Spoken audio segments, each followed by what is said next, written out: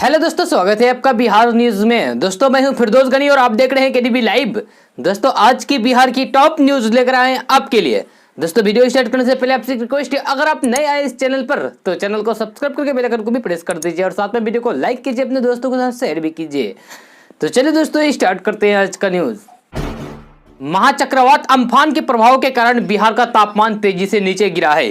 पूरे बिहार का पारा पिछले 24 घंटे में 5 से 7 डिग्री तक नीचे आया है। चक्रवात के प्रभाव की वजह से मैदानी इलाकों में हवा के रुख में भी तेजी से बदलाव आया है। पिछले एक हफ्ते से प्रभावित पछुआ हवा की दिशा बदल गई है और अब पूर्वा का असर दिख रहा है। हालांकि हवा अभी से शुष्क है और इनमें नमी की मात्रा काफी कम है। पटना से उत्तर बिहार के जिलों में जाने वाले लोगों के लिए राहत भरी खबर है। दानापुर स्टेशन से रोजाना श्रमिक स्पेशल ट्रेन हाजीपुर, मुजफ्फरपुर, समस्तीपुर, दरभंगा होते हुए मधुबनी तक जाती है। यह दानापुर के प्लेटफॉर्म संख्या 5 से खुलती है। इतना ही नहीं, बाईपास के पैदल गुजरने वाले लोगों को बसों से दानापुर स्टेशन तक पहुंचाया जा रहा है। शिक्षा विभाग ने राज्य के सरकारी स्कूलों के शिक्षकों को बड़ी राहत दी है। प्राथमिक से लेकर +2 तक के शिक्षकों को लॉकडाउन की अवधि के वेतन का भुगतान होगा। विभाग के अपर सचिव गिरिवर दयाल सिंह ने मंगलवार को लॉकडाउन की अवधि 25 मार्च से 4 मई तक राज्य के प्रारंभिक, माध्यमिक, उच्च माध्यमिक शिक्षकों एवं पुस्तकालय अधीक्षकों के वेतन भुगतान का आदेश जारी कर दिया है। गौरतलब है कि बिहार राज्य शिक्षक संघर्ष समन्वय समिति के आह्वान पर 17 फरवरी से, जबकि बिहार माध्यमिक शिक्षक संघ की अपील पर 25 फरवरी से हड़ताल पर थे। दोनों संघों से जुड़े शिक्षकों की हड़ताल 4 मई को समाप्त हो गई है। बिहार राज्य सरकार ईद के पहले ही सभी सरकारी कर्मियों को वेतन का भुगतान कर देगी। कल उप मुख्यमंत्री सुशील कुमार मोदी ने कहा कि ईद के पहले सभी कर्मचारी और पदाधिकारियों को कई माह का वेतन 20 मई से देने का निर्देश दिया है।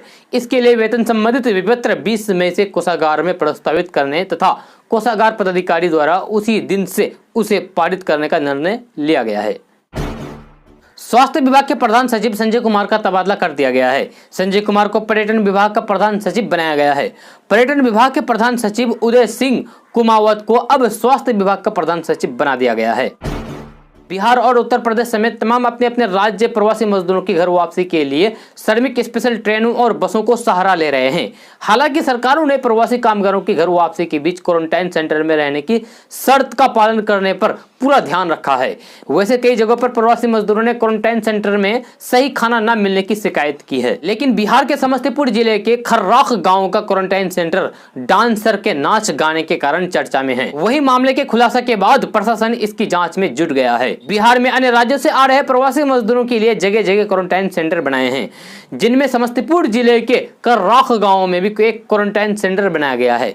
लेकिन ये बाहर से डांसर बुलाकर मनोरंजन करने के लिए विवादों में आ गया है। खबरों के मुताबिक सोमवार रात को क्वारंटाइन सेंटर में ये डांस करवाया गया, जबकि इस मामले पर समस्तीपुर के एडिशनल कलेक्टर का कहना है कि हम संज्ञान ले रहे हैं और कार्रवाई की जाएगी। हमने वहां टीवी जरूर लगाया है, लेकिन प्रशासन ने बाहर से डांसर बुलाकर किसी भी मनोरंजन की अनुमति नहीं दी है। पुरातात्विक महत्व के स्थलों की खुदाई के दौरान अक्सर बेशकीमती धातुओं, रत्न आदि के निकलने की बातें आपने सुनी होगी। बिहार के अररिया जिले से भी ऐसी एक खबर सामने आई है। बताया गया है कि अररिया जिले के एक गांव में तालाब की सफाई के दौरान सोना और अन्य बेशकीमती धातु मिले हैं। ये तालाब फारबिसगंज प्रखंड के औराही हिंगना गांव में है। आपको बता दें कि बिहार के औराही हिंगना गांव मेला अंचल जैसे मशहूर उपन्यास के रचयिता साहित्यकार फणीश्वर नाथ रेणु का गाँव है। फणीश्वर नाथ रेणु के उपन्यास पर हिंदी फिल्म तीसरी कसम भी बन चुकी है। हालांकि तालाब से सोना निकलने का दावा खुदाई के दौरान मौजूद ग्रामीण कर रहे हैं, लेकिन प्रशासन ने इस तथ्य से साफ इनकार किया है। प्रशासन का कहना है कि यहाँ कोई सोना वोना नहीं निकला है।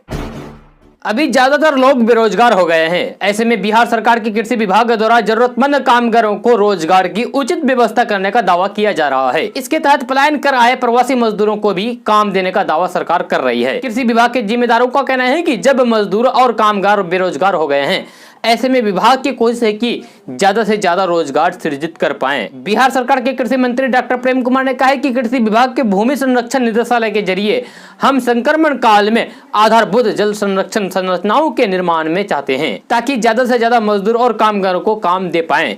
यानी कि कृषि विभाग मानव कार्य दिवस सृजित करने का कार्य कर रही है। किशनगंज जिला के बहादुरगंज विधानसभा के मुखिया यानी कि कांग्रेस पार्टी के विधायक मोहम्मद तौसीफ आलम ने बिहार के मुख्यमंत्री नीतीश कुमार और प्रधानमंत्री नरेंद्र मोदी को जबरदस्त धोया है। पीएम मोदी की तरफ से जारी किए गए 20 लाख करोड़ रुपए के विशेष पैकेज को विधायक तौसीफ आलम ने जुमला करार दिया है। विधायक तौसीफ आलम ने कहा है कि पीएम मोदी की तरफ से किए गए 20 लाख करोड़ रुपए की घोषणा सरासर जुमला है, क्योंकि इससे पहले भी ये साबित हो चुका है। उन्होंने कहा है कि इससे पहले भी पीएम नरेंद्र मोदी ने बिहार के लिए 1.25 लाख करोड़ रुपए की विशेष पैकेज की घोषणा की थी, मगर बिहार को 1.25 पैसे भी नहीं दिए। साथ ही साथ विधायक तौसीफ आलम ने सीएम नीतीश कुमार को भी आड़े हाथों में लिया। अगर आप विधायक तौसीफ आलम की पूरी वीडियो देखना चाहते हैं तो नीचे इस वीडियो के डिस्क्रिप्शन में लिंक है, वहां से जाकर आप देख सकते हैं। 22 मई यानी कि कल वस्त्र सावित्री है, लेकिन लॉकडाउन ने नवविवाहितों का उत्साह कम कर दिया है। लॉकडाउन से बाजार मंदा है और घर से निकलना भी मुश्किल, इसलिए इस बार वस्त्र सावित्री पूजा छोटे स्तर पर घर में ही की जाएगी। ना तो पंख और ना ही मिट्टी के बर्तन बाजार में मिल रहे हैं, इसलिए महिलाएं परेशान हैं। खासकर पहली बार व्रत कर रही विवाहिताओं के लिए अधिक परेशानी है, क्योंकि पारंपरिक तरीके से पूजा नहीं हो पाएगी।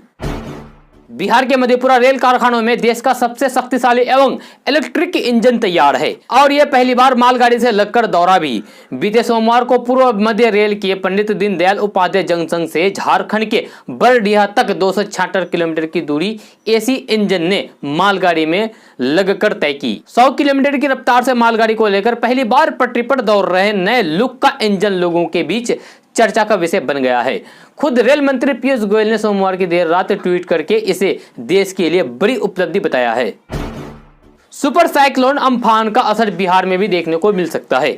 इसको लेकर अलर्ट भी जारी कर दिया गया है। अम्फान तूफान बंगाल की खाड़ी से उठा है। ये तूफान बुधवार को पश्चिम बंगाल और बांग्लादेश के तट को पार कर गया है।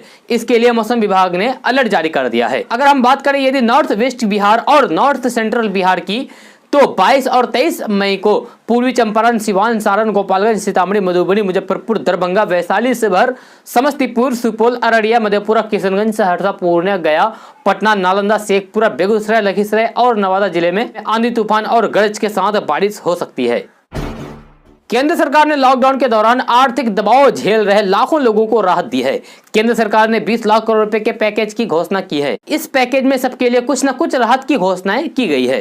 केंद्र सरकार ने नौकरी पेशे लोगों के लिए भी राहत का ऐलान किया है। सरकार ने अगले 3 महीने के लिए पीएफ के नियमों में बदलाव किया है। इस बदलाव का लाभ कर्मचारियों के साथ साथ एम्प्लॉयर को भी मिलेगा। केंद्र सरकार की ओर से राहत पैकेज की घोषणा में कर्मचारियों के पीएफ योगदान को अगले 3 महीनों के लिए 12% से घटाकर 10% करने का फैसला किया है।